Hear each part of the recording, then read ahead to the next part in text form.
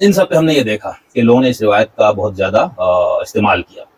اچھا، اس میں اصولی طور پر ایک دو باتیں ذہن میں رکھ لیجئے گا. ایک تو یہ کہ جو حدیث کی کتابوں میں مستقبل کی پیشگوئیوں سے متعلق دو طرح کی روایات ہمیں ملتی ہے شیعہ اور سنی دونوں کی کتابوں میں. ایک وہ روایات جن کا تعلق محض مستقبل کی پیشگوئیوں سے ہے، یعنی پیغمبر نے یا کسی امام معصوم نے آنے والے حالات سے متعلق کوئی بات کی اور اس میں یہ نہیں بتایا کہ اسرائیل کا جو آخری حکمران ہوگا، جس کے بعد اسرائیل کا زوال شروع ہو جائے گا، اس کا نام عطیت اللہ ہوگا. یہ ہماری روایت میں ہے. ٹھیک، یہ جو کیا نام ہے اسرائیل کے اس بدبخت کا؟ نیتن یاہو. نیتن کہتے ہیں عطیہ کو، یاہو کہتے ہیں اللہ کو عبرانی زبان میں. اچھا، تو یہ کیا ہو گیا؟ عطیت اللہ. صحیح.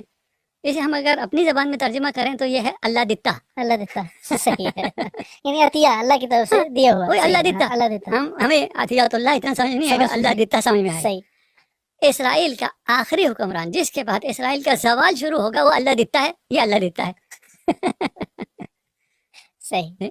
تو جب زوال شروع ہونا ہوتا ہے تو کسی کے ہاتھ سے ہونا ہوتا ہے. صحیح. اللہ اگر فتح دیتا ہے تو وہ بھی کسی کے ہاتھ ہوتا ہے. ٹھیک ہے. تو یہ شرف ابھی شیعیان علی ابن ابی طالب کو ملا ہے، علی کو ملا ہے. میں دوبارہ کہہ رہا ہوں، کہاں وہ علی، کہاں ہم. صحیح. لیکن راستہ تو وہی. امام مہدی کے ظہور کی جو علائم بیان ہوئے ہیں، جو نشانیاں بیان ہوئی ہیں، وہ مجھے تو لگتا ہے 90% پوری ہو گئی ہیں. جو روایات میں حدیث میں آئی ہیں، کچھ قرآن کی تفاسیر میں آئی ہیں، یعنی آیات سے جو اشارہ ملتا ہے پھر تفسیر میں وہ بیان ہوتا ہے. 90% کے ظلم و جور کا غلبہ ہو جائے گا. زیادتیاں، دھونس، روب، ڈکٹیٹرشپ، فرعونیت بڑھ جائے گی. مظلوم کا کوئی پوچھنے والا نہیں ہوگا، کوئی ساتھ دینے والا نہیں ہوگا. ناانصافیاں حاکم ہو جائیں گی اور بے عدالتی عام ہو جائے گی. منافقت عام ہو جائے گی. وہ بہت ساری چیزیں، ایک لمبی لسٹ ہے. تو زیادہ تر تو نشانیاں پوری ہو گئی ہیں. اور امام مہدی کے ظہور میں اپنے سنی بھائیوں کے لیے عرض کروں گا، میں اپنے عزیزوں کے لیے، کہ امام مہدی کا تصور عالم اسلام کا تصور ہے. معمولی سا گفتگو ہے کہ ولادت ہو چکی ہے یا ولادت نہیں ہوگی، مگر یہ کوئی نہیں مسلمان ہے کہ جو یہ کہے کہ وہ ان کا کوئی تصور نہیں ہے. ایک امام مہدی ہیں جو آخری وقت میں آئیں گے اور دنیا کو عدل و انصاف سے بھریں گے اور ظلم کا خاتمہ کریں گے. مجھے لگتا ہے کہ ان کے آنے کے آثار شروع ہو گئے ہیں. اور اگر یہ جیسا کہ یہ لوگ کہہ رہے ہیں کہ یہ ہم انہیں ختم کریں گے، اور یہ در حقیقت ایک مذہب کی جنگ ہے اور دین کی جنگ ہے، وہ ایک مذہب لے کے بات کر رہے ہیں، ہم ایک اور مذہب کے ماننے والے ہیں یعنی اسلام کے. تو اب جب دو بڑی طاقتیں مذہب کی بنیاد پر، یعنی اسلام دشمن طاقت اسلام کو ختم کرنے کی بات کرے گی اور اللہ کی مخلوق کو اس ناانصافی کے ساتھ، ایک مرتبہ ہوتا ہے کہ قتل کسی کا کیا جا رہا ہو، اس کا حق بنتا ہے کہ اسے قتل کیا جاتا. یعنی ماورائے عدالت کا لفظ بھی چھوٹا پڑ رہا ہے یہاں پر کہ کون سا لفظ لایا جائے. زیادتیاں ہیں، ظلم ہے، دھونس ہے. کہہ رہے ہیں مجھے کوئی نہیں روک سکتا. آپ ذرا گفتگو تو ٹرمپ کی ابھی گزشتہ 15 دن سے سنیں. ایسا لگتا ہے جیسے اس وقت کا فرعون اگر دیکھنا ہو، وہ فرعونیت والی گفتگو ہے. مجھے کون روک سکتا ہے، میں جاؤں گا، چاہوں گا. کسی کو اٹھوا کے وزیر اعظم کو لے کے آ جاتے ہیں، کسی کو مروا دیتے ہیں اور پھر کہتا ہے میری مرضی ہے، میں مالک ہوں. یہ جو اللہ کو پسند نہیں ہے. فرعونوں کو، فرائنہ سے تو قبریں بھری ہوئی ہیں، پورے قبرستان بھرے ہوئے فرعونوں سے. کیسے کیسے لوگ آئے جو مٹ گئے، ختم ہو گئے. مجھے لگتا ہے کہ امام کا ظہور قریب ہے. حضرت آپ سوشل میڈیا کا دیکھتے رہتے ہیں، تو آپ نے دیکھا ہوگا کہ کل وائٹ ہاؤس میں، اوول آفس میں ڈونلڈ ٹرمپ کے لیے ایونجلیکل چرچ والے جو تھے، انہوں نے ان کے لیے اور تمام سولجرز کے لیے اور ان کی فتح کے لیے خصوصی دعا کی ہے اوول آفس کے اندر، وائٹ ہاؤس میں. اور اب ہمیں کچھ انٹرنیٹ کے اوپر ایسے بیانات ملے ہیں کچھ امریکن فوجیوں کے، جو یہ کہہ رہے ہیں کہ ان کے کمانڈرز نے یہ احکامات دیے کہ آرمیگیڈن یعنی قیامت قریب ہے، اور یہی وہ جنگ ہے جس کا ہمیں حکم ہے آرمیگیڈن سے پہلے. تو آپ مانیں یا نہ مانیں، انہوں نے تو اپنی مذہبی جنگ بنا لی ہے. آپ اس کو کب، ہم ہروں کو چلیں، میں آپ کو کیا کہوں، آپ ہمارے رہنماؤں میں سے ہیں، علماء میں سے ہیں. میں اپنے اوپر ہی لے لیتا ہوں، ہم لوگوں کو کب عقل آئے گی کہ یار ہم کس چیز کا سامنا کر رہے ہیں. دیکھیں انہوں نے اس جنگ کو مذہبی بنا لیا جو آپ نے فرمایا. میں نے اس سے متعلق کچھ چیزیں اور بھی ان کے لوگوں میں یہ بات سنی ہے, اور یہ بھی جو آپ فرما رہے ہیں, انہوں نے تو اسے دین اسلام اور غیر اسلام کا مارکا شمار کر دیا ہے. یعنی یہ مسلمان اور اسلام دشمن طاقت ہیں.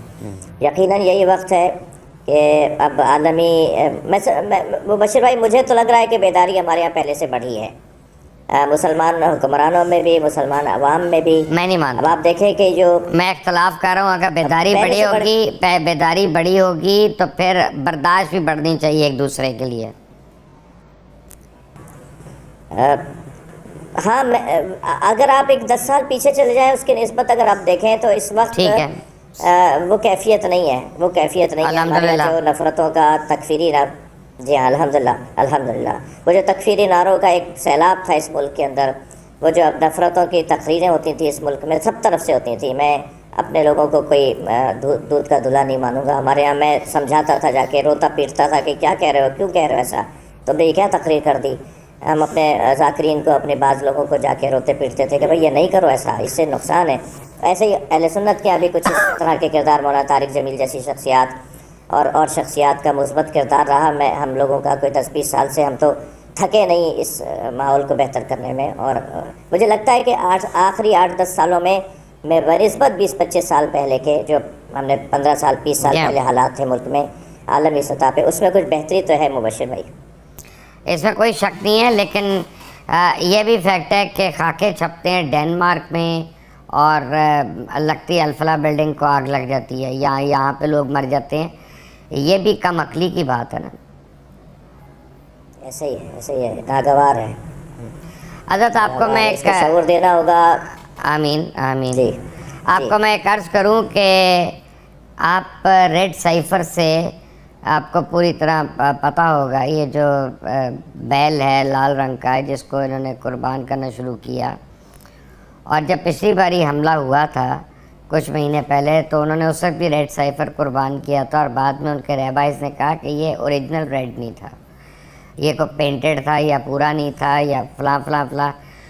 تو اب پھر ریڈ سائفر ڈھونڈ کے اس کی قربانی ہو رہی ہے. آپ لوگ کہ میں کس طرح سے بتاؤں آپ لوگوں کو کہ وہ وقت آ گیا ہے کہ جب ہم سب کو متحد ہونا ہے, ورنہ ہم میں سے کوئی نہیں بچے گا. دیکھیں مبشر بھائی, اس وقت مسلمانوں میں جو مسلکی اعتبار سے 3 ستون کہہ لیں آپ, یعنی 3 مراکز کہہ لیں. ایک مصر ہے الازہر یونیورسٹی کی وجہ سے, اور ایک مدینہ یونیورسٹی ہے یعنی سعودی عرب, اور ایک قم کا حوزہ ہے یعنی ایران. یہ 3 ستون میرا تجزیہ ہے کہ یہ 3 ستون ہیں جو اس وقت مسلمانوں کو اٹھا بٹھا سکتے ہیں, جس میں میں پھر دوہرا رہا ہوں, مصر ہے, مدینہ ہے, مدینہ منورہ ہے, اور قم ہے. یہ تینوں علمی اعتبار سے مراکز ہیں عالم اسلام کے اس وقت موجودہ دور میں. پہلے بغداد شریف ہوا کرتا تھا, کسی وقت میں نجف اشرف کا مقام بہت وہ تھا ہر اعتبار سے. آج بھی نجف میں علمی اور بغداد میں علمی مراکز ہیں, لیکن میری مراد جو ہے وہ انشاءاللہ میرے سننے والے سمجھ رہے ہوں گے. اگر یہ تینوں ممالک جو ہیں یا تینوں مراکز جو ہیں یہ تھوڑی ہمت کریں, یعنی مصر الازہر یونیورسٹی کے فتوے, مدینہ یونیورسٹی کے علماء کے فتوے اور قم کے فتوے, یہ آپس میں ہم آہنگ ہو جائیں. یہ میں مشورہ دے رہا ہوں آپ کے توسط سے, ان لوگوں کو یقیناً ہماری آواز کہیں پہنچے گی, اور کہیں گفتگو میں یہ مشورے بھی دہرائے جائیں گے, شاید اور سجا کے دہرائے جائیں, شاید اس لائن کو اور پکا اور مضبوط بنایا جائے. اگر یہ تینوں مراکز آپس میں ہم آہنگ ہو جائیں اور عالمی سطح پر مسلمانوں کے لیے کوئی حکم صادر فرمائیں, تو میں سمجھتا ہوں کہ اس کے اثرات ضرور مرتب ہوں گے. حضرت کیا یہ صحیح ہے کہ شہید علی خامنہئی اس عہدے پہ آنا ہی نہیں چاہتے تھے؟ انہوں نے بڑا احتجاج کیا تھا کہ میں اس عہدے کے قابل نہیں ہوں, مجھے مت یہاں پہ فائز کرو. کیا اس میں کوئی صداقت ہے اس بات میں؟ جب تقریباً 35-36 سال پہلے یہ ہوا تھا, میں اس وقت میں قم میں طالب علم تھا. میں بہت کم سنی میں پڑھنے چلا گیا تھا. اس وقت میں آیت اللہ خمینی کا جب انتقال ہوا ہے تو ان کی جو ایک کونسل ہے جسے مجلس خبرگان یہ کہتے ہیں, ایکسپرٹس کی جو اسمبلی ہے, انہوں نے جب ان کا انتخاب کیا تھا تو انہوں نے تقریر آ کر کی, اور اس میں انہوں نے کہا کہ میں حکم کا پابند ہوں, مجھے احترام ہے رائے کا, لیکن مجھ سے زیادہ قابل لوگ شاید موجود تھے جن کو وہ جو ہم یہ سمجھتے ہیں اسے کہ وہ ایک تواضع تھا، وہ ایک خاکساری انکساری کا اظہار تھا، ورنہ تو انہوں نے ثابت کیا کہ یہ آیت اللہ خمینی سے کم نہیں رہے اپنے جذبوں میں، اپنے نظریات میں، مملکت کو سنبھالنے میں، کیسے کیسے کرائسز آئے ان کے ملک میں، انہوں نے ان مسائل سے اپنے ملک کو نکال دیا باہر۔ تو آیت اللہ خمینی کو تو 10 سال ملے تھے انقلاب برپا کرنے کے بعد، کہ 10 سال کے بعد وہ ضعیف بہت تھے، بزرگ تھے، تو ان کی رحلت ہو گئی، لیکن ان کے پاس ٹائم بہت اچھا تھا، ان کو اچھی وقت ملا، اور انہوں نے ثابت کیا کہ نہ صرف ان سے کم نہیں رہے بلکہ شاید بعض چیزوں میں اگر وہ ہوتے تو شاید یہی فیصلہ ہوتا، یا بہرحال یہ فیصلہ اس سے زیادہ بہتر کیا ہے انہوں نے۔ سلام اور آداب، امید ہے آپ سب خیریت سے ہوں گے۔ آج ہم ایک روایت پر گفتگو کریں گے جو کالے جھنڈے والی روایت سے معروف ہے، اور گزشتہ دنوں جب ایران اور اسرائیل میں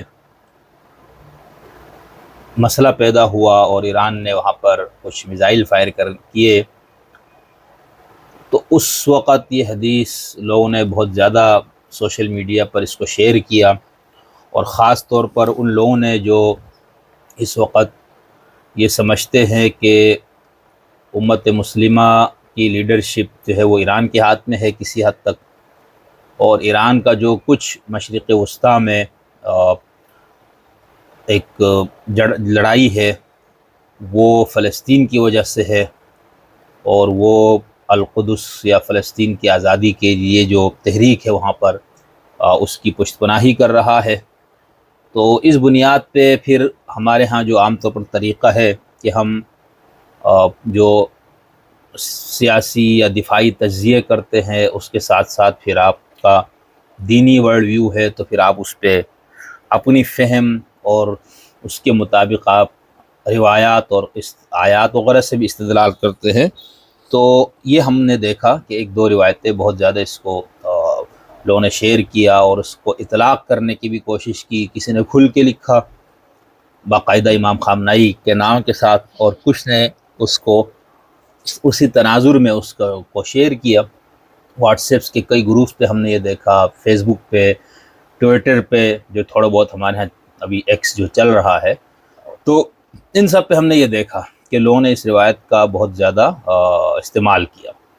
اچھا، اس میں اصولی طور پر ایک دو باتیں ذہن میں رکھ لیجئے گا۔ ایک تو یہ کہ جو حدیث کی کتابوں میں مستقبل کی پیشگوئیوں سے متعلق دو طرح کی روایات ہمیں ملتی ہے شیعہ اور سنی دونوں کی کتابوں میں۔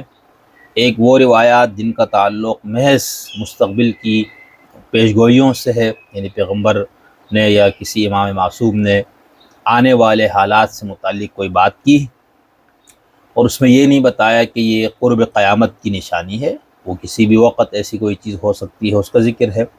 دوسری وہ روایات ہے جن کا وہ باقاعدہ علامات قیامت یا علامات ساعہ میں محدثین اس کو پیش کرتے ہیں۔ تو یہ دو طرح کی روایتیں ہیں ملتی ہیں۔ ایک تو ہمیں یہ دیکھنا ہوگا کہ اس قسم کی روایات کا تعلق علامات قیامت سے ہے، ظہور مہدی سے قبل، یا اہل تسنن کے مطابق ولادت مہدی سے قبل، نزول مسیح سے قبل کے حالات سے متعلق ہیں، یا محض حضور نے اپنے بعد ہونے والے کچھ حادثات کی طرف اس کا اشارہ کیا۔ ایک اور چیز، جب ہم حدیث یا روایت کی بات کرتے ہیں تو یہ بات ذہن میں رکھے کہ وہ روایت ایک راوی نے اس کو اپنے الفاظ میں بیان کر کے پیغمبر کی طرف یا امام کی طرف اس کو منسوب کیا ہوتا ہے، ٹھیک ہے؟ یعنی ہمارے ہاں زیادہ تر حدیثیں محدثین کا بھی یہ خیال ہے کہ وہ روایت بالمعنی ہے، روایت باللفظ جو ہے وہ حدیثیں کم ہے۔ روایت بالمعنی کا مطلب یہ ہوتا ہے کہ صحابی نے پیغمبر سے یا کسی امام سے کوئی بات سنی تو اس نے اس کو اپنے الفاظ میں بیان کیا، وہ روایت بالمعنی ہے۔ تیسری چیز روایات سے متعلق یہ کہ اس میں اس کو ضعیف، حسن، صحیح، اس طرح کی جو محدثین نے قسمیں کی اس کو بھی ذہن میں رکھنا ہے۔ یہ نہیں کہ کوئی بھی بات آئی اور اس میں یہ کہہ دیا گیا کہ پیغمبر نے کہا تھا یا فلاں امام نے، تو اس کو بعینہ اسی حتمی یقین کے ساتھ اس کو آگے بیان کرنا، تو یہ بھی ایک بات ہے۔ اس کو محدثین خود حدیث کے زیادہ ذخیرے کو وہ ظنی کہتے ہیں یعنی حدیث متواتر کو نکال دیجئے تو باقی حدیثوں کا جو ذخیرہ ہے وہ متواتر نہیں ہے، یعنی اور متواتر نہ ہونے کا مطلب یہ ہوتا ہے کہ خبر احاد ہے، اور خبر احاد سے متعلق یہ بات یقینی ہے کہ وہ ظنی ہے۔ اب ظنی کہنے سے جو ہمارے ہاں ایک حدیث کے ماننے نہ ماننے والوں کی جو بحث ہے، اس میں پھر یہ ظن اور ظنی کا مطلب پہ بڑی بحثیں ہوئی، بڑی کتابیں لکھی گئی، ہم اس بحث میں نہیں پڑھتے، لیکن بہرحال محدثین کا جو ظنی کہنے کا مطلب یہی ہے کہ ہم اس کو قرآن کی طرح یا متواتر حدیث کی طرح 100% حتمیت کے ساتھ نہیں کہہ سکتے کہ یہ بات حضور نے بعینہ اس طرح سے کہی، ٹھیک ہے، یہ بات ہے۔ شیعہ سنی اصول حدیث کی اصطلاحات کافی ایک دوسرے سے متشابہ بھی ہے، اور تعریفات میں بھی کافی ایک دوسرے سے قریب بھی ہے، تو اس لیے میں اس کو دونوں کو ایک ساتھ بیان کر رہا ہوں۔ باقی جو تشیع کے ہاں یہ جو تصور ہے کہ جو حدیث اصل کسی اصول میں سے کسی اصل میں آ جائے، جو اربعہ جو ہے 400 اصل یا اصول جو 400 کتابوں کا ایک دعویٰ ہے ان کے ہاں، اس پہ بڑی بحثیں ہیں، اس میں ہم بات کریں گے آگے۔ تو ان کا یہ کہنا ہے کہ وہ قطعی الصدور ہوتا ہے، یعنی وہ امام سے وہ بات صادر ہوئی ہے، ٹھیک ہے، وہ بحثیں ہیں جو بات کی ہے۔ لیکن بہرحال ابھی ہم جو مجموعی بحث ہے وہ یہی ہے کہ جب اس طرح کی کوئی حدیث ہو، ظنی ہو، متواتر نہ ہو، خبر احاد میں سے ہو، تو اس کو احتیاط کے ساتھ بیان کرنے کی ضرورت ہوتی ہے، اور زیادہ احتیاط یہی ہے کہ یہ بات کہی جائے کہ بھئی حضور صلی اللہ علیہ وسلم کی طرف یہ بات منسوب ہے یا امام سے یہ بات نسبت دے کر بیان کی گئی ہے۔ اس کی وجہ یہ ہے کہ پھر لوگ اپنے حساب سے ان کا اطلاق کرتے ہیں، پھر کچھ مہینوں سالوں میں بالکل وہ اطلاق غلط ثابت ہوتا ہے، تو پھر وہ حرف جو ہے وہ پیغمبر پہ یا امام پہ آتا ہے، تو اس لیے اس میں میرے خیال سے اس کے اندر احتیاط کی ضرورت ہے۔ لیکن ہم نے دیکھا کہ پہلے یہ جب سنی دنیا کا معاملہ تھا، افغانستان، عراق اور یہ شام اور یہ ہمارے ہاں کی پراکسی لڑائیاں وغیرہ تھی، تو اس میں سنیوں نے بہت اس طرح کی حدیثوں کا اطلاق کرنے کی کوشش کی، بڑی کتابیں اس میں لکھی گئی۔ اب چونکہ ایران اور شیعہ اس میں زیادہ وہ ہے، تو شیعہ دنیا کا تو اب انہوں نے بھی وہ والا کام شروع کر دیا، لیکن اس میں اس حتمی یقین کے ساتھ یہ کہنا کہ بھئی امام جعفر نے یہ کہا تھا اور یہ دیکھو یہ وہی چیز ہے، حضور نے یہ فرمایا تھا، دیکھو جی آج وہی چیز ہے، تو یہ بہت میرے خیال سے خطرے کی بات ہے۔ خطرہ اس مفہوم میں کہ آپ ایک تو نسبت دی گئی بات کو اس حتمیت کے ساتھ بیان کرنا، اور پھر اس کا بعینہ ہی اس طرح سے اطلاق کرنا، تو یہ بہت سے مسائل ہے۔ ہمارے ہاں جو کچھ حدیثیں سوشل میڈیا پہ اس وقت شیئر ہوئی، اس میں سے ایک حدیث تو اس طرح سے لوگوں نے بیان کیا کہ حضور صلی اللہ علیہ وسلم کی طرف منسوب کر کے امام باقر علیہ السلام کو اس کا راوی کہا گیا کہ خراسان سے سیاہ پرچم نکلیں گے، انہیں کوئی روک نہ سکے گا، یہاں تک کہ ایلیا یعنی بیت المقدس میں جا کر نصب ہو جائیں گے۔